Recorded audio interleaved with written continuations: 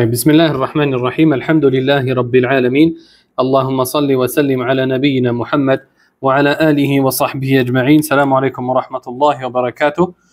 Bienvenue à tous et à toutes. On continue l'explication du livre Kitab al-Tawhid de l'imam Muhammad ibn Abdul Wahhab rahimahullah ta'ala. On s'était arrêté au chapitre 18 intitulé Ce qui a été rapporté au sujet de l'exagération vis-à-vis des vertueux comme étant à l'origine de la mécréance des enfants d'Adam et de leur délaissement de la religion. Wa alaykum salam wa rahmatullahi wa barakatuh. Dans ce chapitre, le cheikh veut mettre en lumière la cause originelle qui a mené les enfants d'Adam à la mécréance et au polythéisme. Et ça vient à la suite de l'évocation des différentes formes de polythéisme, majeur puis mineur. Ainsi, il veut maintenant évoquer les moyens, en fait les moyens qui ont mené au polythéisme et qui mènent au polythéisme.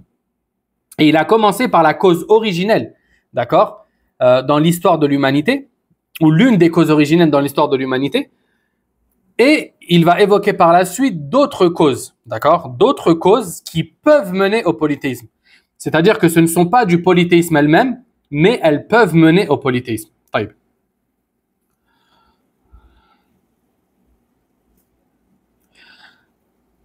Et ici, il nous a évoqué le fait que cette cause-là, c'était l'exagération que certains ont observée dans leur vénération des pieux et des vertueux. D'accord? Et en réalité, ces formes de vénération et ces formes d'exagération, elles vont avoir elles sont de plusieurs sortes en réalité. D'accord? Et on va les trouver aujourd'hui de nos jours chez deux groupes principaux. On va les retrouver chez les soufis, d'accord, et on va les retrouver chez les chiites, plus particulièrement al-Rafida, d'accord. Et al-Rafida aujourd'hui, ce sont ceux qui composent de manière la plus importante ceux qu'on appelle les chiites. C'est par exemple ceux qu'on retrouve en Iran, d'accord, la religion d'État. C'est les chiites, d'accord. Du coup, on va trouver cette exagération vouée aux pieux et aux vertueux de manière très concentrée dans ces deux sectes-là, d'accord. Premièrement, la définition du wali, d'accord. El-wali, parce que el-wali, pourquoi on le voit ici? Parce que souvent, on va donner comme définition ou comme sens au terme pieux ou vertueux le terme de wali, d'accord. Et al-wali, qui est traduisable par l'allié ou le saint, c'est la personne. Allah Azza wa Jalla dans le Coran nous a donné sa définition. Il nous a dit ala inna awliya Allahi la khawfun alayhim wa la hum yahzanun. Et ensuite Allah nous a dit qu'ils sont alladhina amanu wa kanu yattaqun. D'accord. Allah Ta'ala dans ce verset nous dit, n'est-ce pas que les alliés d'Allah n'auront aucune crainte et ils ne seront pas tristes. Ceux qui ont cru et qui étaient pieux. D'accord? Ici, Allah Azza wa Jalla nous a défini clairement qui était le wali, el-wali. D'accord? L'allié. Et c'est il y a deux conditions. La première, c'est le croyant. Il faut que c'est le croyant qui craint Allah. Celui qui réunit ces deux conditions-là sera considéré comme un allié d'Allah Azza wa Jalla, celui qu'on appelle el-wali. Taïb. Et est-ce que, ça c'est quelque chose d'extrêmement important à noter, est-ce que el-wali, d'accord, est-ce que cet allié d'Allah Azza wa Jalla, dans ce bas monde, a une spécificité physique ou une spécificité dans l'habit qu'il va porter, ou est-ce qu'il a une spécificité dans les actes d'adoration qu'il va effectuer? Ça, Cheikh al-Islam ibn Taymiyyah rahimahullah ta'ala nous a évoqué le fait que al-wali, il n'a aucune spécificité, si ce n'est le fait que ce soit un croyant qui craint Allah Azza wa Jal. D'accord? Al-mu'minu taqi. De ce fait, al-wali, c'est pas celui qui porte un vêtement usé, d'accord, et qui ne mange pas des bonnes nourritures. Al-wali, ce n'est pas celui qui reste H24 dans la mosquée et qui ne sort pas de cette dernière.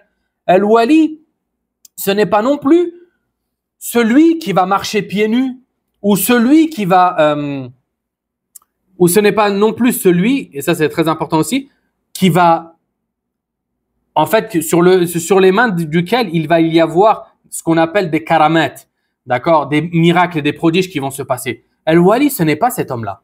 Al-Wali, c'est celui qu'Allah Azza wa Jal nous a évoqué dans le Coran, le croyant qui craint Allah. طيب. Concernant at-taqwa, le mot at-taqwa, al-muttaqin, c'est un mot qui revient énormément dans les textes religieux. Sa définition est la suivante. Al-muttaqi, d'accord, celui qui craint Allah, c'est celui qui a appliqué, qui s'applique ou qui s'efforce à effectuer les obligations d'Allah Azza wa Jal et à délaisser ses interdits. Celui qui agit de la sorte est considéré comme muttaqi, d'accord, un craintif d'Allah Azza wa Jal. طيب. Évoquons maintenant rapidement certaines formes d'exagération envers les pieux et les vertueux. Premièrement, et ça je vous ai dit, on va le retrouver énormément chez les soufis et chez les chiites. Ils considèrent, ou un groupe d'entre eux, certains qui s'affilient à eux, ont considéré que Al-Wali, l'allié d'Allah Azza wa Jal, peut se trouver dans deux endroits en même temps. D'accord? Il peut se trouver en deux endroits en même temps. Et ça, c'est une forme d'exagération qu'ils ont envers les pieux et les vertueux. Al-Sha'rani, qui est un soufi, a dit dans son livre Al-Jawahir wa Durar, il dit خطب سيدي إبراهيم الجمعة وصلى بالناس في 50 قرية في يوم واحد وآن واحد. Ce qui veut dire, mon maître Ibrahim, d'accord, l'un de ses maîtres spirituels, a effectué le sermon du vendredi et a prié avec les gens, c'est-à-dire c'était l'imam, dans 50 villages. Et ceci en un seul jour et en un seul instant. C'est-à-dire, là, il dit clairement que, en gros, ce saint-là, comme il l'appelle, peut se trouver dans plusieurs endroits dans un seul moment. Ils ont aussi évoqué le fait, et je vais pas tous vous les évoquer parce qu'il y en a énormément, que Al-Wali, il a la capacité de prendre plusieurs formes. Il peut se transformer, d'accord? Il peut avoir plusieurs formes, humaines, animales, etc. Et toujours le même. Al-Sha'rani a dit à propos de Hussein ibn Ali, ce cheikh était parmi le summum des connaisseurs, de ceux qui connaissaient Allah, soi-disant. Ensuite, il disait, il faisait énormément d'adoration. Parfois, lorsque tu te rendais auprès de lui, tu le trouvais sous une forme de soldat, sous la forme d'un soldat. Parfois, tu rentrais, tu le trouvais sous la forme d'un animal féroce, d'accord, d'un fauve. Et parfois, tu le trouvais sous la forme d'un éléphant. Et parfois encore, tu le trouvais sous la forme d'un petit enfant. D'accord? Et là, subhanallah, on comprend que les soufis sont rentrés dans énormément de superstitions et de légendes, d'accord? D'histoires qui ne tiennent pas la route et que le plus petit des enfants, si tu lui racontais, il rejetterait ces idées-là tellement elles sont contradictoires avec la raison et la réalité. طيب. Parmi les formes d'exagération envers les pieux et les vertueux qu'ils ont évoquées, il y a le fait, et ça c'est l'une des plus graves, il y a le fait qu'ils ont dit que à partir du moment où le wali, le saint ou l'allié d'Allah Azza wa Jal a atteint un certain niveau, et ben toutes les obligations religieuses qu'il devait observer, qu'Allah Azza wa Jal nous a ordonné d'observer, ainsi que le prophète sallallahu alayhi wa sallam, toutes ces obligations ne lui sont plus obligatoires. Il n'a plus le droit, il n'a plus besoin de prier, il n'a plus besoin de faire Ramadan, il n'a plus besoin de faire le Hajj, ainsi que toutes les autres obligations. D'accord? Ils disent khalas. Lui, il a atteint un tel niveau de connaissance d'Allah Azza wa Jal qu'il n'a plus besoin d'adorer Allah à travers ses obligations. Subhanallah. Subhanallah. Et ça, c'est quelque chose qui a été rapporté au sujet d'énormément de soufis. D'accord? Parmi eux, Al-Attar, Al-Hallaj, Ibn al-Arabi, ainsi que d'autres. طيب. Parmi les formes aussi, on retrouve, et ça, subhanallah, on retrouve le fait qu'ils affirment que Al-Wali, le saint, connaît l'invisible. D'accord? Ils affirment que le saint connaît l'invisible. Et Al-Sha'rani toujours a dit Al-'arifu lahu an yaqul ana a'rifu al-ana ma taktubuhu al-aqlam al-ilahiyya fi sha'ni wa yakunu sadiqa. Le connaisseur, c'est-à-dire quand ils disent le connaisseur Al-'arif, ils veulent dire par là le connaisseur, celui qui connaît Allah Azza wa Jal et qui est arrivé à un grand niveau et à un grand degré de connaissance d'Allah. Il dit le connaisseur a le droit de dire je sais à présent ce que les plumes divines sont en train d'écrire à mon sujet. Et en disant cela, il aura dit la vérité. D'accord? Et ici, il affirme en réalité que les saints connaissent l'invisible. Or que cette science-là est une science spécifique à Allah Azza wa Jal. Ils disent aussi que le saint possède la capacité à effectuer, à faire tout ce qu'il veut. D'accord? Qu'il a une capacité absolue et sans limite. Et que lorsqu'il veut quelque chose, il a juste à dire soit et elle est. Et ça, subhanallah, c'est l'une des caractéristiques d'Allah Azza wa Jal. D'accord? C'est Allah Azza wa Jal qui, lorsqu'il veut quelque chose, il dit kun fayakun. Il dit soit et la chose est. Subhanallah, nous demandons à Allah Azza wa Jal de nous préserver de l'égarement. Taïb. Et ça, c'est toujours Al-Sha'rani qui le rapporte et qui dit les saints, lorsqu'ils veulent quelque chose, ils ont juste à dire soit et cette chose est directement. Et il n'y a rien qui est difficile pour eux. Et ça, il l'a dit dans Jawahir al-Ma'ani. Taïb. Subhanallah. Parmi aussi les grandes exagérations, ils ont évoqué le fait, ils ont affirmé que le saint possédait le pouvoir de guider qui il voulait. D'accord? De guider qui il voulait. Et ça, c'est une chose, on l'a vu dans le cours précédent, qui est spécifique à Allah Azza wa Jal. Allah guide qui il veut. C'est pour ça Allah Azza wa Jal a dit au prophète sallallahu alayhi wa sallam Innaka la tahdi man ahbabt, walakin Allah yahdi man yasha. Tu ne guides certes pas celui que tu aimes, mais c'est Allah qui guide qui il veut. Et eux, ils disent que non, le saint, il a aussi ce pouvoir de guider qui il veut. Et ça, subhanallah, ce sont là les formes que je vous ai évoquées. Certaines d'entre elles sont du polythéisme majeur. D'accord? Celui qui croit à ces formes-là n'est plus musulman. Taïb, il y en a beaucoup, mais je vais... subhanallah. L'une des pires aussi, ils ont affirmé que certains saints se réincarnent en Allah Azza wa Jal. Wal'iyadhu billah. Demandons à Allah Azza wa Jal de nous préserver de l'égarement. Ils ont évoqué le fait que certains saints se réincarnent ou que Allah se réincarne wal'iyadhu billah, dans ces saints-là. Et ils ont évoqué, et ça c'est ce qu'on appelle al-hulul. D'accord? C'est-à-dire que Allah wal'iyadhu billah, subhanahu wa ta'ala, que Allah Azza wa Jal se réincarne dans certaines de ses créatures. D'accord? Et ça, c'est la même croyance que les chrétiens ont eue avec Jésus, lorsqu'ils ont dit que Jésus était la réincarnation de Dieu, etc. Et d'autres, et ça, c'est ce qu'on appelle, je vous ai dit, al-hulul. Il y en a d'autres qui vont affirmer que le saint ne fait plus qu'un avec Allah Azza wa Jal. D'accord? Et ça, c'est ce qu'on appelle wahdatul wujud. Wahdatul wujud. L'unité dans l'existence. C'est-à-dire que Allah, wal'iyadhu billah, c'est des paroles wallah, lourdes à dire, de par leur ignobilité et leur contradiction de la foi du croyant. Que, en gros, Allah Azza wa Jal et sa création ne font plus qu'un. D'accord? Et ça, parmi les têtes qui ont porté cette croyance, il y avait celui qu'on appelle Al-Hallaj. D'accord? Et cet homme-là a été exécuté, d'accord? À cause de cette croyance-là. À cause de cette croyance-là qui est complètement contraire à la croyance islamique. Taïb.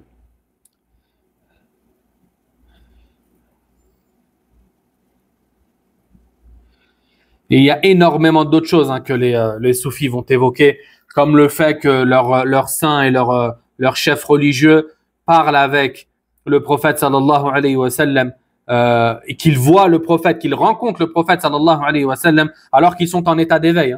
Alors qu'ils sont en état d'éveil et que le prophète sallallahu alayhi wa sallam leur dit des secrets, qu'il leur révèle certaines choses, etc., etc. Ils disent aussi que les saints ont le pouvoir de guérir les malades, d'écouter, d'entendre tout ce qui se dit dans ce bas monde-là, d'accord, et ce en même temps. Ils vont aussi,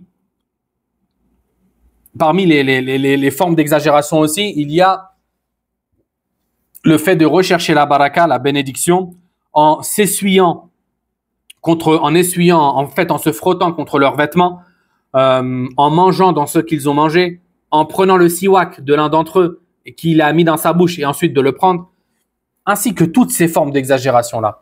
D'accord? Tout ce que j'ai évoqué au préalable représente des formes d'exagération qui ont été pratiquées envers les vertueux et les pieux. D'accord? Et bien sûr, tout cela n'a aucun fondement dans notre religion. Et pourquoi je vous les évoque maintenant? Parce que ou en tout cas cette action-là qui est l'exagération, d'accord, a été l'une des causes principales de l'apparition du polythéisme sur Terre. Et aujourd'hui, cette exagération, elle persiste toujours, elle est présente encore, d'accord? C'est pour ça que tu vas voir certaines personnes aller se prosterner devant leur soi-disant sayyid, leur soi-disant maître religieux et maître spirituel, ou devant ceux qu'ils considèrent comme des saints. Ils vont aller essuyer leur tombe, ils vont les invoquer, etc. Regardez, juste avant, là au début du cours, il y avait, quand j'ai parlé des chiites, il y a quelqu'un dans les commentaires que j'ai supprimé qui a dit « Oh, les chiites, ce sont les meilleurs, oh, ya Ali ».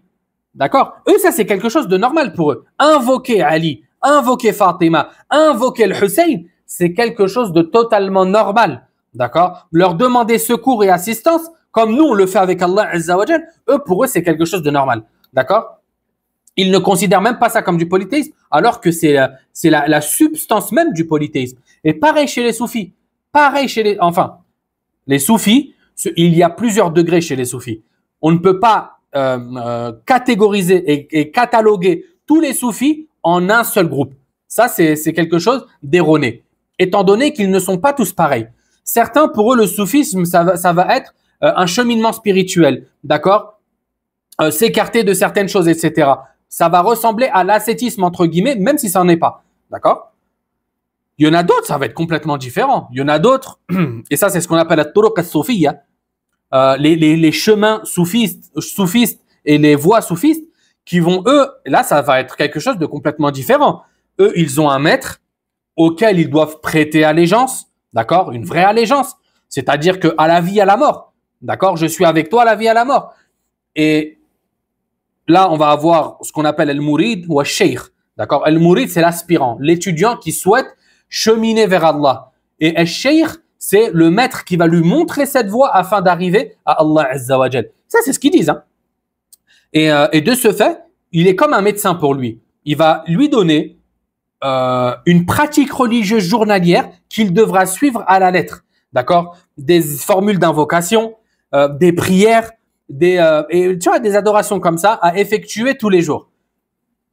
Mais ça, c'est contraire à notre religion. Le prophète sallallahu alayhi wa sallam nous a montré la voie menant à Allah Azza wa Jal. Et celui qui essaie d'apporter une chose nouvelle en pensant que cette dernière est meilleure que la voie du prophète sallallahu alayhi wa sallam, c'est certes égaré d'un égarement évident. D'accord? Et c'est pour ça qu'un jour, le prophète sallallahu alayhi wa sallam, il a entendu où trois jeunes sont venus voir le prophète trois jeunes sont venus voir l'une des femmes du prophète sallallahu alayhi wa sallam et ils l'ont questionné quant à la pratique religieuse du prophète sallallahu alayhi wa sallam. Comment est-ce qu'il priait, comment est-ce qu'il jeûnait, comment est-ce qu'il mangeait, etc. À la suite de cela, l'un de ces hommes a dit, quant à moi, je vais dès à présent prier toute la nuit et je ne dormirai plus. L'autre a dit, quant à moi, je vais jeûner tous les jours sans plus jamais manger. Et le troisième a dit, quant à moi, je ne me marierai pas avec les femmes. D'accord? Le prophète sallallahu alayhi wa sallam a pris vent de ces propos. Et là, on va comprendre la gravité et en fait la gravité de l'exagération. Parce que ces trois formes-là étaient des formes d'exagération. D'accord? Là, le prophète sallallahu alayhi wa sallam a rassemblé les gens. Il est monté sur le minbar. Il a dit, j'ai entendu que certaines personnes ont dit ceci et cela. Quant à moi, je prie la nuit et je dors. Je mange et je jeûne. Et je me marie avec les femmes. Qui donc s'écarte de ma sunna, de ma tradition, de ma voie, ne fait pas partie de moi. Ici, on comprend que le prophète sallallahu alayhi wa sallam, lorsqu'il y avait exagération, il était très strict. Parce que l'exagération, c'est la première porte ouverte à l'altération de la religion. À partir du moment où la personne se permet d'exagérer dans sa religion, elle va l'altérer forcément. Et ça, c'est un exemple clair. On a un exemple clair avec les chrétiens. C'est pour ça qu'Allah Azza wa Jalla dans le Coran, à plus d'une reprise, il a dit « Ya ahl al-kitab, la taghlu fi dinikum » Ô gens du livre, n'exagérez point dans votre religion. Parce que l'exagération, c'est la première des portes qui donne sur l'altération de la religion. Taïb.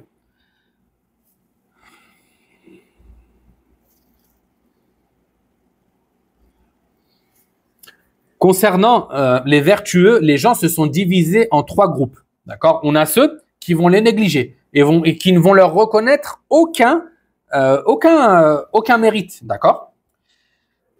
Comme le fait de les aimer, comme le fait de les prendre pour alliés, etc. On a un deuxième groupe qui va exagérer à leur sujet, au point de leur attribuer des spécificités d'Allah Azza wa Jal, comme le fait qu'ils connaissent, comme le fait d'affirmer qu'ils connaissent l'invisible, qu'ils connaissent le futur, etc., etc.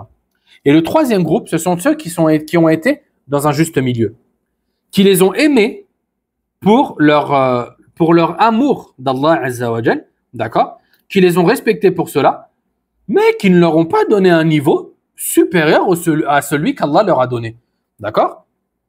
Et il faut savoir une chose, c'est que tout croyant a une part d'alliance avec Allah Azza wa Jal. C'est-à-dire que, ce qu'on appelle en arabe al-wilaya, d'accord, l'alliance, le fait d'être un allié d'Allah Azza wa Jal, ça, Allah Ta'ala a donné à tous les croyants une part de cette alliance-là. D'accord? Mais plus le croyant est pieux, plus il craint Allah, plus cette part devient importante. Taïb. Et aussi, quelque chose de très important, le musulman ne doit pas croire que ses pieux ou ses saints ou ses vertueux sont infaillibles, qu'ils ne se trompent jamais et que tout ce qu'ils disent est véritable et réel et qu'ils ne peuvent pas se tromper. Ça, c'est quelque chose de complètement erroné. D'accord? Tout le monde, toute l'humanité entière a des défauts. D'accord? Et pouvait se tromper. Hormis le prophète sallallahu alayhi wa sallam, qui lui, concernant la religion, d'accord, il ne se trompait jamais. Étant donné que la religion lui était transmise de la part d'Allah Azza wa Jal, et que Allah Azza wa Jal ne se trompe pas. Mais concernant les affaires de ce bas monde, le prophète sallallahu alayhi wa sallam s'est déjà trompé. Il s'est déjà trompé lorsqu'il est arrivé à Médine, alayhi salatu wa sallam. Il a dit les Médinois, c'était des gens qui cultivaient la terre. C'était des agriculteurs, c'était des gens qui avaient des palmiers, d'accord? C'était leur travail, leur métier. Le prophète sallallahu alayhi wa sallam leur a dit, il les a trouvés en fait, il y a une manipulation lors de la pousse ou pour faire pousser les dattes qui consiste à polliniser les palmiers entre eux, d'accord? Ce qu'on appelle en arabe at-talqih. Lorsque le prophète sallallahu alayhi wa sallam les a vus agir ainsi, et c'est quelque chose de physique, d'accord, qui demande d'un effort, et il leur a dit, afin de leur faciliter, pourquoi en fait vous faites ça? Vous n'avez pas besoin de le faire. En gros, si seulement vous délaissiez cette chose-là. Et là, les compagnons l'ont écouté, d'accord? Ils l'ont écouté. À la récolte de ces dattes, il s'est avéré que ces dernières n'ont pas poussé de manière optimale, d'accord? C'était des dattes de mauvaise qualité. Et là, le prophète sallallahu alayhi wa sallam leur a dit pourquoi ils ont poussé de cette manière. Et là, ils lui ont dit parce qu'on ne les a pas pollinisés comme d'habitude. Et là, le prophète sallallahu alayhi wa sallam leur a répondu Antum a'lamu bi umuri dunyakum. Vous êtes certes plus connaisseurs et plus savants quant à vos affaires mondaines. D'accord? Et ici, ça nous prouve quoi? Que le prophète sallallahu alayhi wa sallam, concernant les choses mondaines, il lui arrivait de se tromper. D'accord? Mais concernant les choses relatives à la religion, le prophète sallallahu alayhi wa sallam ne se trompait pas. Étant donné qu'Allah azza wa jal lui faisait descendre la révélation et qu'il la transmettait. D'accord? Taïb. Ensuite, le cheikh évoqua la parole d'Allah azza wa jal. Je vous rappelle parce qu'on s'est un peu écarté, je vous rappelle le titre du chapitre. Ce qui a été rapporté au sujet de l'exagération vis-à-vis des vertueux, comme étant à l'origine de la mécréance des enfants d'Adam et de leur délaissement de la religion. D'accord? Ça, c'est le titre du chapitre dans lequel on est. Et le cheikh a évoqué sous ce chapitre-là la parole d'Allah azza wa jal. Ya ahl al-kitab la taghlu fi dinikum. Ô gens du livre, n'exagérez point dans votre religion. Ici, les gens du livre, les savants ont divergé. Certains ont évoqué le fait qu'il s'agissait des juifs et des chrétiens, et d'autres ont évoqué qu'il s'agissait seulement, dans ce verset-là, des chrétiens. Taïb. Qu'est-ce que l'exagération? D'accord, ici Allah Azza wa Jalla a dit la taghlu, al-ghulu en arabe, et traduit ici par l'exagération. Qu'est-ce que ça signifie? C'est l'outrepassement des limites dans l'éloge d'une chose ou sa critique. En fait, c'est le fait d'être élogieux de manière extrême, en dépassant, en fait, en mentant, d'accord, et en dépassant la vérité, ou de critiquer une chose en outrepassant la vérité aussi. D'accord? C'est ça ce qu'on appelle al-ghulu. C'est le fait d'exagérer, de dépasser les limites au point de ne plus être véridique dans les propos et les éloges qu'on tient. Taïb.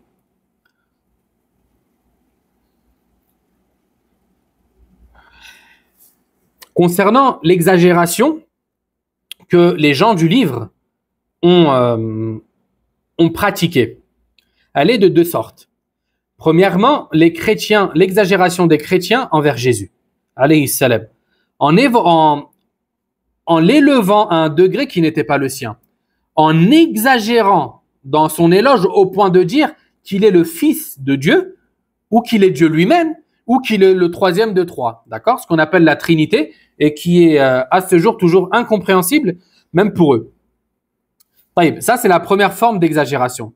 Quant aux Juifs, eux, ils ont exagéré dans la critique de Jésus, alayhi salam, subhanallah, en affirmant qu'il était le fils d'une femme ayant pratiqué la fornication, ayant forniqué, qu'Allah azza wa jal honore Jésus ainsi que sa mère, alayhi salam.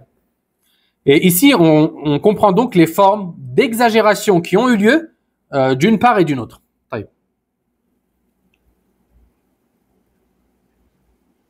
C'est pour ça que ce verset, Allah Azza wa Jal, lorsqu'on lit le verset en entier, on le comprend mieux. Allah Ta'ala a dit dedans, Ya ahl al-kitab la taghlu fi dinikum wa la taqulu ala Allahi illa al-haq. Innama al-masih Isa ibn Maryam rasulullah wa kalimatuhu alqaha ila Maryam wa ruhum minh. Ici, Allah Azza wa Jal a mis en évidence l'exagération dans laquelle sont tombés les chrétiens. Il nous dit, ô gens du livre, c'est-à-dire vous chrétiens, n'exagérez pas dans votre religion et ne dites d'Allah que la vérité. Le Messie, Jésus, fils de Marie, n'est qu'un messager d'Allah. Sa parole qu'il envoya à Marie est un souffle de vie venant de lui. D'accord? Ici, Allah Azza wa Jal a évoqué de manière très claire la nature réelle de Jésus, alayhi salam. Ce n'est qu'un prophète envoyé d'Allah Azza wa Jal. D'accord? Comment il a été créé? Allah Ta'ala l'a créé en envoyant Gabriel, alayhi salam, qui a soufflé dans le vêtement de Marie. Et hop, elle tombe enceinte. Comment donc osez-vous dire, comment donc, vous chrétiens, osez-vous dire que Jésus, ce noble prophète, est le fils du Créateur? Savez-vous, en fait, wallah, des fois, ils ne prennent pas conscience de la gravité de ce qu'ils sont en train de dire et de l'énormité du manque de respect qu'ils sont en train de fomenter contre Allah Azza wa Jal. Parce que le fait de dire que Allah subhanahu wa ta'ala, qu'Allah azza wa jal soit glorifié, exalté et purifié de toutes ces mensonges qui ont été proférés contre lui, ils sont en train de dire que le Créateur a eu un enfant avec une créature. D'accord? Mais qu'est-ce que ça veut dire? Comment on a un enfant? Comment le lien de parentalité peut être avéré et affirmé si ce n'est après qu'il y ait eu relation sexuelle? Vous comprenez la gravité de ce qu'ils sont en train de dire?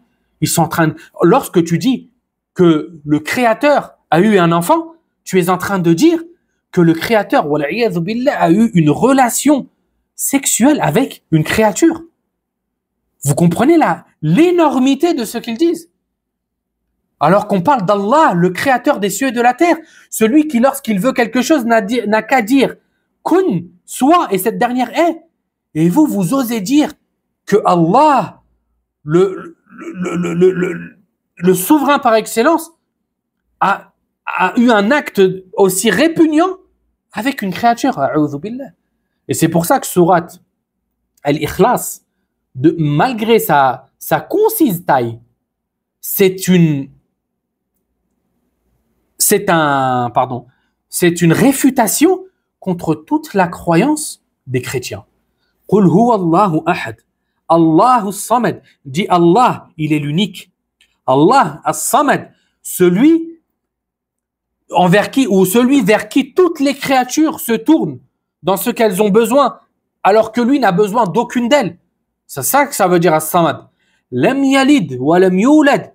Il n'a pas enfanté et il n'a pas été enfanté. Wa lam yakul lahu kufuwan ahad.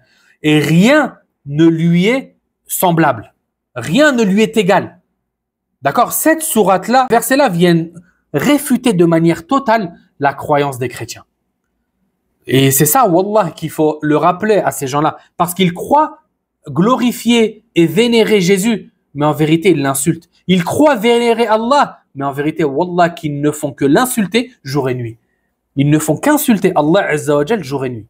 C'est pour ça qu'il est extrêmement important de rappeler à la masse des chrétiens la réalité de leur croyance.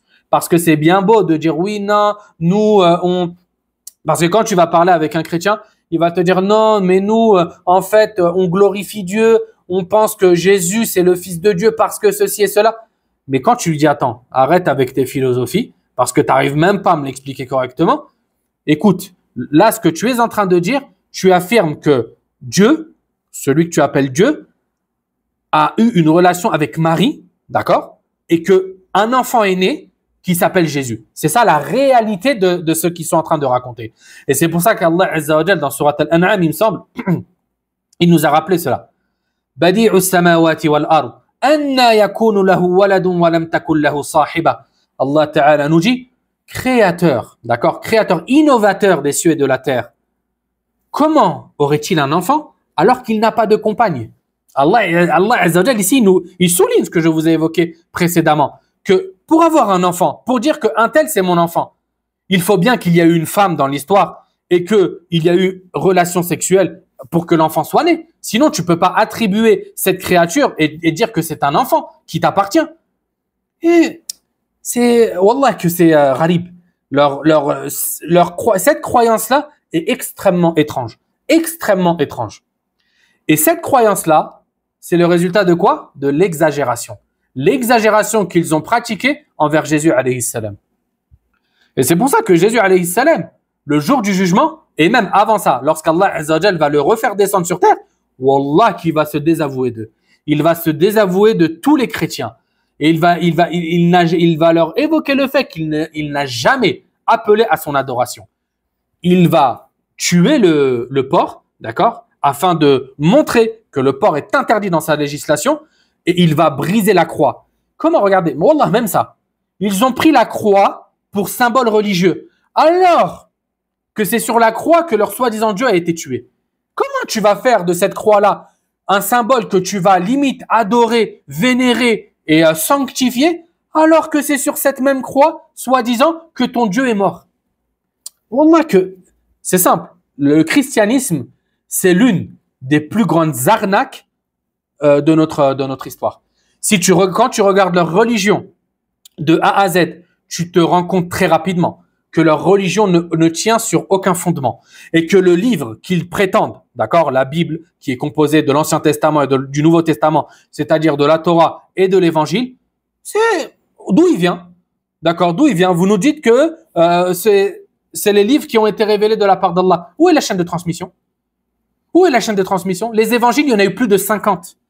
À l'époque de Constantin, il y en a eu plus de 50. Constantin, lui, est venu, ce gouverneur, il a dit, bon, écoutez, moi, vos disputes religieuses, ça m'intéresse pas. Je suis devenu chrétien, maintenant, vous allez me choisir, je vais choisir 4 évangiles qui vont être les piliers de votre religion. Et ça, c'est une réalité scientifique, une réalité historique. Je ne suis pas en train de fabriquer quelque chose. Vous n'avez qu'à revenir aux études scientifiques qui étudient l'histoire du christianisme et vous allez vous en rendre compte. Je vais vous choisir 4 livres qui vont devenir vos livres de référence. D'accord? Qui vont devenir vos livres de référence et c'est ceux que vous devrez suivre à la lettre. Pourquoi, Constantin, tu as choisi ces livres-là et pas d'autres? On ne sait pas. Qui sont ces hommes-là qui ont écrit ces livres? On ne sait pas. Quand est-ce que ces livres ont été écrits? On ne sait pas. Est-ce que ces hommes ont vécu à l'époque de Jésus? Non, bien sûr que non. Ces livres-là sont apparus, pour certains, plus de 100 ans après la mort de Isa alayhi salam. Ou enfin, après que Jésus ait été élevé aux cieux, d'accord, mais eux disent qu'il était mort. Donc à partir de ce moment-là, sur quoi votre religion tient? Si vous n'avez même pas de source authentique, sur quoi votre religion tient? Après, on a eu l'apparition du clergé qui est venu, qui ont mis un pape à la tête. Ils ont dit le pape, c'est le successeur de Jésus sur terre. Sa parole est infaillible. Il faut l'écouter coûte que coûte. Donc maintenant, les papes, leur travail, c'est quoi?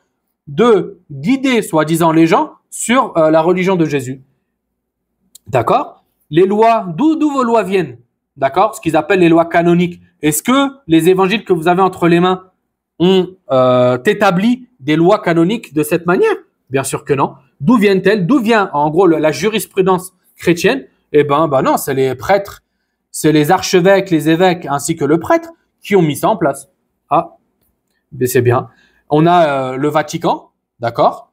Énorme, c'est un pays à lui tout seul, c'est un pays extrêmement riche. Ils ont la garde suisse, hein, ils ont fait tout un décor en fait. Oh, des dorures partout, de l'or partout. Le pape, il est toujours bien habillé et ceci et cela. À la fin, tout ça, c'est juste de la poudre aux yeux. D'accord? C'est juste de la poudre aux yeux et afin d'égarer les gens. Et c'est pour ça que Allah Azza wa Jalla dans le Coran, il s'est adressé énormément aux chefs religieux. D'accord? Et Allah Ta'ala dans Surat At-Tawbah, il nous dit ittakhadhu ahbarahum wa ruhbanahum arbaba min dunillah. Ils prirent leurs prêtres et leurs rabbins, en gros leurs chefs religieux, en tant que seigneurs en dehors d'Allah, en guise de seigneurs en dehors d'Allah. Pourquoi? Parce que ces derniers leur ont légiféré des choses. Or que le législateur, le seul et unique législateur, c'est Allah Azza wa Jal. Et personne d'autre que lui n'a le droit de légiférer des choses. C'est pour ça que, subhanallah, c'est extrêmement triste que de voir des chrétiens, fervents chrétiens, faire des pèlerinages, aller à gauche, à droite, dépenser de leur argent, etc. Or que tout ce qu'ils font ne servira strictement à rien le jour du jugement. Au contraire, tout cela sera contre eux. Wallah, ça fait extrêmement de la peine parce qu'il y en a qui croient réellement en Dieu, qui veulent réellement se soumettre au Créateur des cieux et de la terre. Mais parce qu'ils ont écouté ces gens-là, ils se sont égarés. C'est pour ça qu'Allah, c'est très important de parler avec eux. Taïb.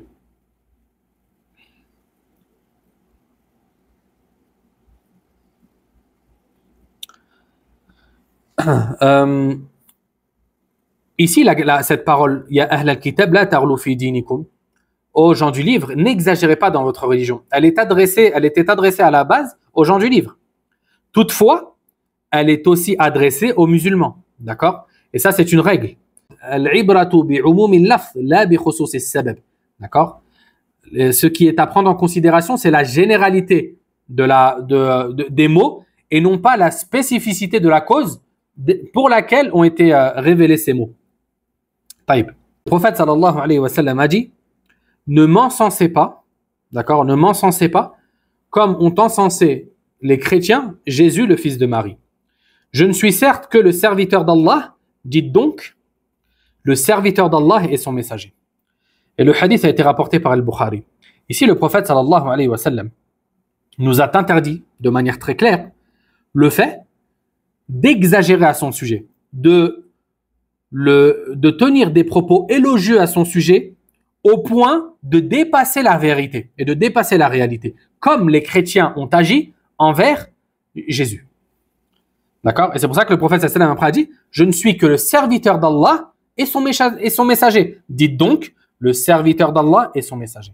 Alayhi salatu wassalam.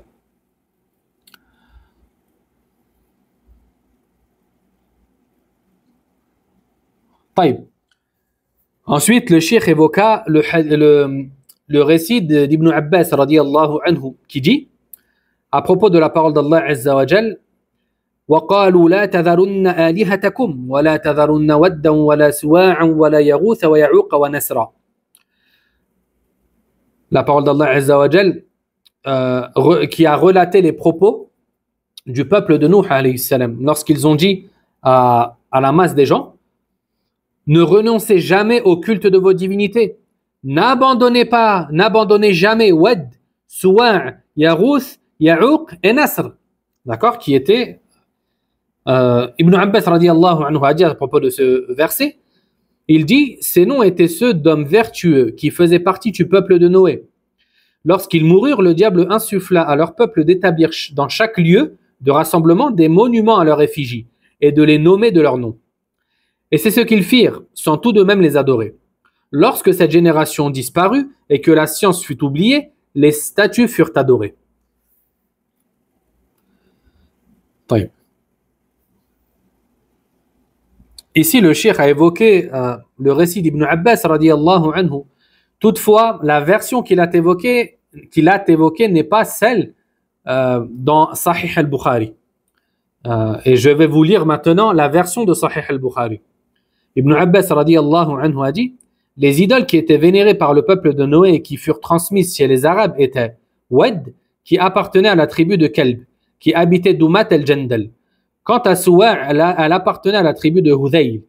Yarouth, quant à elle, appartenait à la tribu de Murad, puis à Bani Rutaif, d'Al-Jouf de Saba. Et quant à Ya'uq, elle appartenait à la tribu de Hamadan. Et Nasr appartenait à Humayr de la famille Dhul Kala'.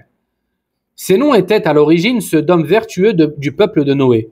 Mais lorsqu'ils moururent, le diable insuffla à leur peuple d'établir dans chaque lieu de rassemblement des monuments à leur effigie et de les nommer de leur nom. Et c'est ce qu'ils firent sans tout de même les adorer. Lorsque cette génération disparut et que la science se dissipa, les statues furent adorées. Taïb. Ibn Abbas radiyallahu anhu, dans ce récit, nous évoque comment le polythéisme est apparu à l'époque de Nuh alayhi salam. D'accord? Parce que la première apparition du polythéisme a eu lieu à l'époque de Nuh alayhi salam.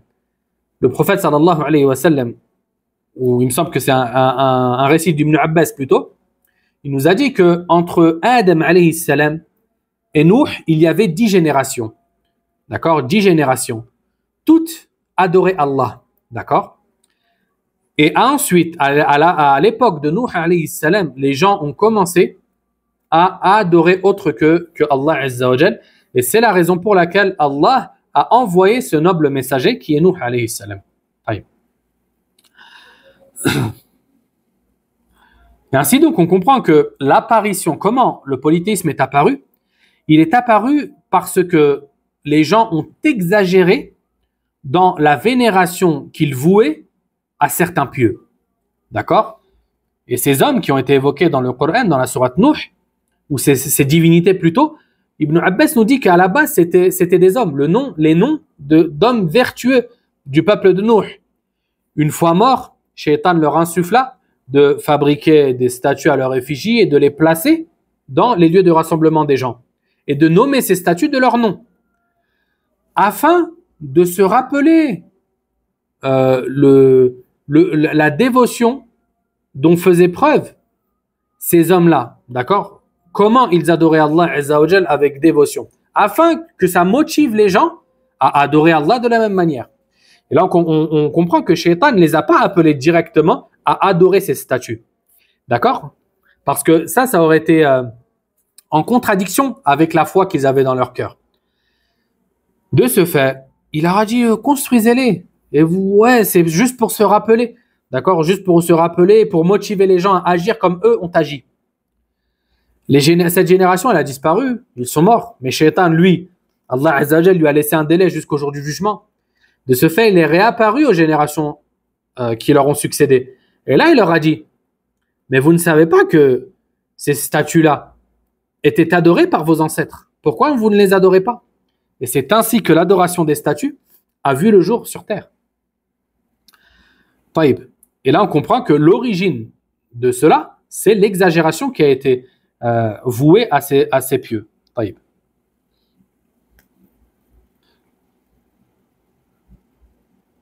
Ensuite, il évoqua la parole d'Ibn al-Qayyim rahimahullah, qui dit « Plus d'un s'élève disait, après leur mort, ils prirent leur tombe pour lieu de recueillement.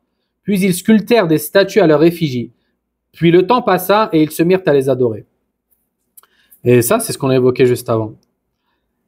Toutefois, on comprend aussi la gravité de faire des tombes, d'accord, de faire des tombes des lieux de recueillement, des lieux de pèlerinage, comme on dit. Afin de s'y rendre, d'y rester de longs moments, d'accord. Ça, on comprend que c'est strictement interdit dans notre religion et c'est que parce que c'est une cause ou est une voie menant au polythéisme. Taïb.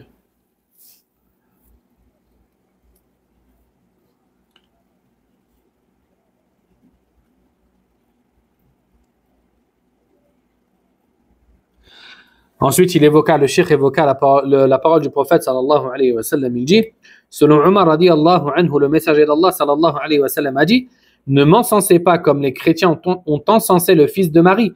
Je ne suis qu'un serviteur, dites donc le serviteur d'Allah et son messager. Rapporté par Al-Bukhari et Muslim. Et ce hadith, je voulais évoquer juste avant. Taïb.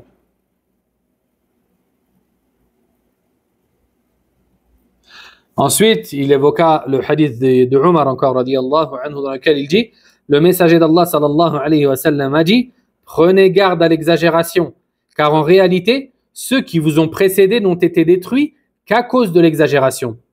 Le hadith a été rapporté par l'imam Ahmed dans son Musnad, rahimahullah. Taïb. Et sa chaîne de transmission est authentique.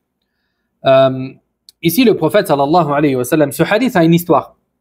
Un jour, le prophète sallallahu alayhi wa sallam, lors du pèlerinage d'adieu, le prophète sallallahu alayhi wa sallam a demandé à Ibn Abbas radiyallahu anhu d'aller lui ramasser des cailloux afin de lapider les stèles, ce qu'on appelle Ramyul Jamarat, et qui fait partie des préceptes et des rites du Hajj. Et Ibn Abbas radiyallahu anhu lui apporta plutôt des petites pierres, d'accord? Les petites pierres que l'on jette comme ça, etc. Ce qu'on appelle en arabe hasa ul khadf, d'accord? Les petites pierres qu'on utilise pour jeter. Et là, le prophète sallallahu alayhi wa sallam leur a dit ces mots-là. Prenez garde à l'exagération, car en réalité, ceux qui vous ont précédés n'ont été détruits qu'à cause de l'exagération. D'accord? Ici, le prophète sallallahu alayhi wa sallam les a mis en garde contre le fait d'exagérer dans le rite du pèlerinage et de prendre des cailloux énormes afin de lapider les stèles. Et comme on le voit aujourd'hui, certains prennent des claquettes, certains prennent des gros cailloux. Ça, le prophète sallallahu alayhi wa sallam l'a interdit. D'accord? Parce que c'est une forme d'exagération et que toute forme d'exagération dans notre religion est strictement interdite. Que ça soit une exagération dans la croyance, dans les paroles ou dans les actes. Toute exagération dans notre religion est strictement interdite. Et donc le prophète sallallahu alayhi wa sallam leur a interdit d'agir de la sorte. Taïb.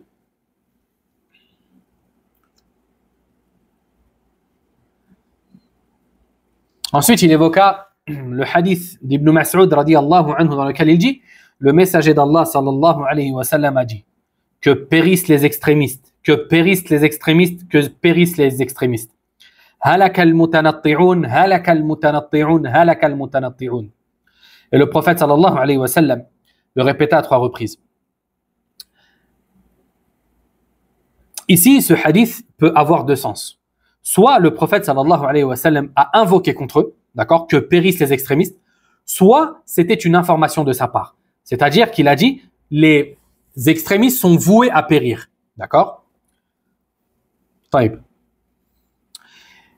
Et ce hadith-là, il ne faut pas comprendre que la seule cause qui a mené à la destruction des communautés qui nous ont précédés, c'est l'extrémisme. D'accord? Pour preuve, le fait que le prophète sallallahu alayhi wa sallam a évoqué d'autres causes qui ont mené à la disparition ou à l'extermination des peuples qui nous ont précédés. Par exemple, le prophète sallallahu alayhi wa sallam a détruit ceux qui nous ont précédés le fait que lorsque le noble parmi eux volait, il le laissait. C'est-à-dire qu'il ne le réprimandait pas et qu'il n'appliquait pas sur lui la sentence. Et lorsque le besogneux, c'est-à-dire le pauvre, volait, ils appliquaient sur lui la sentence. D'accord? Ça, c'était l'une des causes de la destruction des peuples qui nous ont précédés. Et le hadith a été rapporté par Al-Bukhari et Muslim. Le prophète sallallahu alayhi wa sallam a dit aussi, par Allah, ce n'est pas la pauvreté que j'ai craint pour vous, mais c'est plutôt que ce bas monde vous soit déroulé, comme il le fut pour ceux qui vous ont précédés. Vous vous le disputeriez alors, comme ils se le sont disputés. Et il vous anéantira, comme il les a anéantis. D'accord? Et le hadith a été rapporté par Al-Bukhari et Muslim. Ici, le prophète sallallahu alayhi wa sallam nous a évoqué une autre cause de la destruction. Et ce hadith, subhanallah, on en a extrêmement besoin à notre époque. D'accord? À notre époque où le seul souci de la plupart des musulmans, je ne parle même pas des non-musulmans, la plupart des musulmans, leur souci principal, c'est devenir millionnaire. C'est faire de l'argent, comme ils disent. C'est gagner encore plus et toujours plus. Avoir plus de matériel. Avoir la dernière paire de chaussures à la mode. Avoir le dernier iPhone. Ah, et si j'ai l'iPhone, il me faut les AirPods avec. Ah, et si j'ai les AirPods, il me faut l'iPad avec. Ah, et si j'ai l'iPad avec, il me faut aussi le petit étui Apple aussi. Parce que si je l'ai pas, bah, je suis ringard. Ça le fait pas. Le souci principal de la plupart des gens aujourd'hui, c'est ça. Et pour preuve, tu regardes les réseaux sociaux. La plupart des gens qui parlent comment devenir millionnaire alors que eux-mêmes ne le sont pas. Comment faire de l'argent, comment ceci, comment cela. Et les gens ont été trompés par ce bas monde. Comme le prophète sallallahu alayhi wa sallam a dit, la chose qu'il craignait le plus pour sa communauté, c'était ça. C'était que ce bas monde nous soit donné, soit déroulé et que notre seul problème, notre seule préoccupation, c'est comment avoir toujours plus de bas monde. Comment toujours avoir plus de matériel afin de croire que je suis arrivé au sommet. Mais wallah, c'est une triste réalité et une fausse idée que la plupart des gens se font. Aujourd'hui, si tu demandes à des enfants, quel est ton rêve? C'est avoir beaucoup d'argent. À notre époque, on avait 10 ans, on ne savait même pas ce que ça voulait dire de l'argent. Si tu avais 1 euro, tu étais content parce que tu pouvais aller t'acheter des petites sucreries ou si tu avais 2 euros, tu pouvais aller à la piscine. Mais aujourd'hui, wallah, tu donnes à un enfant 2 euros, peut-être qu'il va te regarder avec mépris en te disant, mais t'es sérieux, tu me prends pour un clochard, entre guillemets. Et c'est pour ça que éduquer ses enfants sur ce mode, d'accord, matérialiste et toujours avoir plus, ah non, c'est vraiment pas quelque chose de demandé. Au contraire, c'est quelque chose qui est strictement interdit et qui est complètement à l'opposé des préceptes de notre religion. Le prophète sallallahu alayhi wa sallam avait peur. Regardez le hadith, comment il est éloquent. Le prophète sallallahu alayhi wa sallam a juré par Allah, ce n'est pas la pauvreté que je crains pour vous, mais c'est plutôt que ce bas monde vous soit déroulé, d'accord? Qu'il vous soit déroulé, c'est-à-dire que tu te bats pour ce bas monde. Tu crois que la seule chose pour laquelle tu as été créé, c'est amasser et amasser. Mais il suffit juste que la personne se rappelle que l'ange de la mort peut être envoyé pour venir la chercher à n'importe quel moment. D'accord? Allah peut envoyer Malak al-Maut à n'importe quel moment afin qu'il vienne retirer ton âme. Et là, le travail que tu espérais tant afin de gagner 35 000 euros par mois, wallah qu'il n'aura plus d'importance. Hein, la super voiture que tu as pour laquelle tu as économisé pendant des années, que tu voulais te payer pour frimer devant tout le monde, wallah que ça sera le dernier de tes soucis. La super maison que tu voulais te construire et pour lequel tu as contracté un crédit usuraire alors que tu savais que c'était haram, mais tu as cherché partout sur Internet afin de trouver une fatwa qui te l'autorise, eh ben sache que Wallah, ça sera le plus grand de tes soucis à ce moment-là. Mais pas un souci parce que tu te soucieras de ce qui va lui arriver à cette maison, mais de parce que tu auras maintenant en face de toi les responsabilités de tes actes à assumer. D'accord? Cette maison que tu as pris avec crédit et tu savais que c'était haram, eh ben Wallah, tu vas devoir répondre devant Allah Azza wa Jal. Alors qu'Allah Azza wa Jal dans le Coran, dans Surat Al-Baqarah, il nous dit الذين يأكلون الربا لا يقومون إلا كما يقوم الذي يتخبطه الشيطان من المس. Ceux qui mangent les intérêts usuriers ne se lèveront que comme se lève celui que le diable a possédé. Vous voyez, quand un shaitan il possède un humain, comment il se lève avec une gestuelle extrêmement bizarre. Eh ben Allah Azza wa Jal nous a dit que celui qui a mangé les biens usuriers, il va se lever le jour du jugement de la même manière. De la même manière, Ya ayyuhalladhina amanu taqullah wa dharu ma baqiya min ar-riba in kuntum mu'minin wa in lam taf'alu fa'dhanu biharbin min Allah wa rasulih. Oh vous qui avez cru, craignez Allah et délaissez les biens usuriers.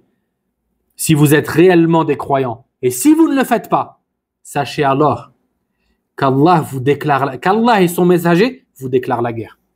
Que dire d'une personne, d'accord? Que dire d'une personne contre laquelle Allah a déclaré la guerre? Allah et le prophète sallallahu alayhi wa sallam. Qu'est-ce que cette personne va faire devant Allah Azza wa Jal? C'est ça que ce bas monde-là ne nous aveugle pas plus qu'il nous a déjà aveuglés et que la personne se rappelle constamment qu'elle va mourir. Wallah qu'elle va mourir. Et que le moindre centime qu'elle a gagné dans ce bas monde et qu'elle a dépensé, elle va devoir en rendre compte. Parce que tant qu'elle n'aura pas rendu compte de chaque moindre centime qu'elle a dépensé et qu'elle a gagné, elle ne bougera pas de la station du rassemblement. Et tant qu'elle n'aura pas rendu compte, elle ne pourra pas rentrer au paradis. C'est pour ça que les pauvres rentreront au paradis 500 ans avant les riches.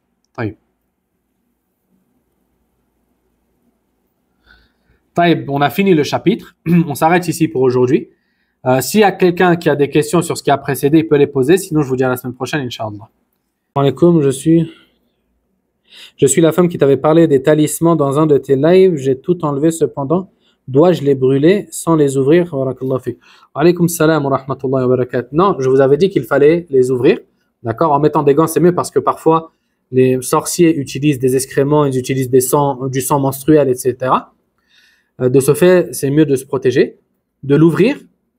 S'il y a des nœuds dedans, d'accord? S'il y a des nœuds dedans, d'essayer de les défaire. Si vous n'arrivez pas à les défaire avec vos mains, vous prenez un ciseau et vous essayez de couper sur ces nœuds-là, d'accord? De tout tremper dans de l'eau sur laquelle vous avez lu du Coran. Et par la suite de les laisser sécher, d'accord? S'il y a des écritures, d'essayer d'effacer ces écritures-là. Une fois que c'est fait, vous laissez sécher cette feuille-là et vous la brûlez par la suite, Inch'Allah. Salam wa rahmatullahi wa barakatuh. Les cours sont tous les samedis à la même heure. Que faire après le crédit, s'en débarrasser? Une personne qui savait pas que c'était interdit, Allah Azza wa Jal lui a dit qu'il a le droit de garder le capital qu'il a investi. Mais concernant le plus, il doit s'en débarrasser. Concernant une personne qui a acheté un bien à crédit, d'accord? Qui a acheté un bien à crédit, est-ce qu'il doit vendre sa maison par exemple? Non. Toutefois, il doit se repentir et ne plus faire ces choses-là. Parce que Wallah, c'est l'un des pires péchés. Allah Azza wa Jal, il n'y a que à propos, à ma connaissance, il n'y a que à propos des biens usuriers, d'accord, ou des intérêts usuriers, qu'il a évoqué le fait qu'il déclarait la guerre à celui qui s'y adonne. Ainsi que celui qui est hostile envers l'un des alliés d'Allah Azza wa Jal. Ça aussi, Allah Azza wa Jal a dit qu'il lui déclarerait la guerre. Ce sont les deux seuls péchés que je connais qui ont pour conséquence qu'Allah Azza wa Jal déclare la guerre à ceux qui s'y adonnent. Et ça souligne l'extrême gravité de ces derniers. Assalamu alaikum. Avons-nous le droit d'acheter des choses ayant de la valeur, chère, pour se faire plaisir ou le mieux est d'être ascète? Wa alaykum salam wa rahmatullahi wa barakatuh. Ça, c'est une question très intéressante. Ceci car le musulman, il a le droit de profiter de ce bas monde. Mais ce qui est répréhensible, c'est d'exagérer. D'accord? C'est d'exagérer. Manger de bonne nourriture, ce n'est pas quelque chose qui est interdit. Au contraire, d'accord? Quand Allah a dit au propos du prophète ou à propos du prophète qu'il leur a rendu licite les bonnes choses, d'accord? Et c'est pour ça qu'une personne riche qui a les moyens, il a le droit d'acheter une chose qui est chère et qui en vaut la peine, qui a de la valeur, d'accord? Ça, il n'y a pas dessus. Mais le problème, c'est quoi? C'est l'exagération. L'exagération, c'est ça qu'il faut comprendre. C'est l'exagération qui pose problème, d'accord? Ou soit la personne, elle va exagérer dans ses biens mondains et elle ne va même pas faire les devoirs qui lui sont demandés. Une personne riche, elle doit sortir la zakat. À partir du moment où elle a dépassé le seuil et que les conditions sont réunies, elle doit sortir la zakat, d'accord, sur sa richesse. Mais si la personne, elle ne fait pas ça et elle est plongée dans la dunya, c'est quoi la différence entre elle et le reste des gens? D'accord? Qu'est-ce que l'islam lui a apporté? Comment l'islam l'a purifié de ses penchants limite animaliers, d'accord, que les autres ont aussi, alors que les autres ne sont pas des musulmans. Toi, tu as l'islam. À partir du moment où tu as l'islam, tu dois agir avec l'islam, d'accord? Et celui qui agit conformément à l'islam, wallah, c'est la meilleure des personnes qui marchera sur cette terre-là, aussi bien comportementalement que dogmatiquement, que relationnellement avec les autres, ainsi de suite. Alors pour les crédits, si notre mari en contracte, sommes-nous responsables pour l'épouse? Non. À partir du moment où la personne n'a pas de lien avec al-aqd, c'est-à-dire l'acte en lui-même, la personne n'est pas responsable. D'accord? N'est pas responsable. Allah Azza wa Jalla nous dit dans le Coran وَلَا تَزِرُ وَازِرَةٌ وِزْرَ أُخْرَى. Et personne ne portera le fardeau d'autrui. D'accord? Et ça, c'est une règle de base dans notre religion. Tu n'es pas responsable des actes commis par une autre personne, tant que tu n'es pas une cause ou que tu n'as pas participé à cet acte-là. Et de ce fait, vous n'êtes pas responsable des actes de votre mari. Toutefois, il faut lui rappeler. Il faut lui rappeler que ce qu'il fait est extrêmement grave. D'accord? Et qu'il n'a pas le droit d'agir de la sorte. Et que ce qu'il fait manger, par exemple, si il contracte un crédit et qu'il achète de la nourriture avec cet argent provenant du crédit, la nourriture qu'il donne à manger à sa famille, c'est de la nourriture sale parce qu'elle provient d'argent sale, d'accord? Et ça, c'est l'une des causes qui efface la baraka, qui efface la bénédiction. Et c'est l'une des causes aussi principales dans le fait que Allah ne réponde pas à tes invocations. Comme dans le hadith, le prophète sallallahu alayhi wa sallam a dit que l'homme, il a donné l'exemple de l'homme durant un voyage avec les cheveux tout ébouriffés, avec de la poussière partout. Il lève ses mains au ciel. Oh Allah, il implore Allah. Malgré cela, Allah ne lui l'exaucera pas. Pourquoi? Parce que sa nourriture est haram, sa boisson est haram, et que ses habits sont haram. Comment donc Allah l'exaucerait? D'accord? Et là, on comprend que parmi les causes empêchant l'exaucement de l'invocation, il y a le fait de manger du haram. Faire la prière, c'est très bien, mais il faut avoir le comportement qui va avec. Ça, c'est vrai, mais l'un n'empêche pas l'autre. D'accord? Ce n'est pas parce qu'une personne a un mauvais comportement qu'on va lui dire qu'il faut qu'elle arrête de prier. Non. Ça, c'est une insufflation satanique. Et j'en ai fait une vidéo il y a quelques jours. D'accord? Dans laquelle j'évoquais le fait que ce n'est pas parce que tu fais des péchés que tu dois délaisser la prière. Bien au contraire. Le prophète sallallahu alayhi wa sallam a dit voyez-vous, si l'un d'entre vous avait au pas de sa porte une rivière dans laquelle il se laverait 5 fois par jour, est-ce que vous pensez-vous qu'il resterait sur lui une quelconque saleté? Les compagnons répondirent non, ya Rasulallah, plus aucune saleté resterait sur lui. Le prophète sallallahu alayhi wa sallam répondit, il en est de même pour les 5 prières par lesquelles Allah efface les péchés. D'accord? Il est donc primordial pour la personne de prier et d'avoir un bon comportement, parce que le bon comportement fait partie intégrante de notre religion et que le musulman se doit de toujours viser l'excellence dans toute chose. Inna Allah kataba al-ihsana ala kulli shay. Certes, Allah a décrété l'excellence dans toute chose. Ainsi donc, tu dois agir avec excellence dans tout ce que tu fais, dans tout ce que tu dis, dans toutes les relations que tu as, dans toutes les tâches que tu accomplis. Et c'est ainsi que le musulman doit être. Mais c'est pas mieux de revendre la maison à crédit pour ne plus avoir à payer du riba? Ah, ça, c'est différent. Moi, je parlais dans un cas de figure où si la personne avait fini de payer son crédit et qu'il avait la maison. D'accord? Mais une personne qui se repent, il doit cesser. Il doit cesser de verser l'argent usurier. D'accord? Et ça, après, je ne sais pas en France comment ça se passe avec les banques, etc. Il n'y a plus de questions, ça va être ici pour aujourd'hui.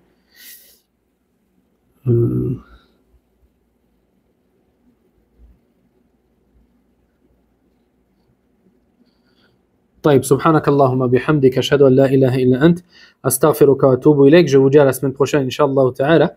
Qu'Allah Azza wa Jal vous préserve et vous honore, qu'Allah Azza wa Jal nous accorde une science bénéfique et qu'il nous permette de l'appliquer et de ne pas seulement augmenter nos connaissances.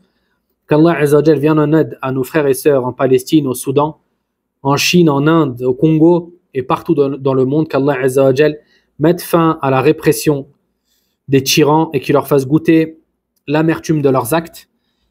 Car certes, Allah Azza wa Jal est le contraignant par excellence, celui que personne ne peut contraindre et celui qui fait ce qu'il le veut. Qu'Allah Azza wa Jal vous préserve. Salam alaikum wa rahmatullahi wa barakatuh.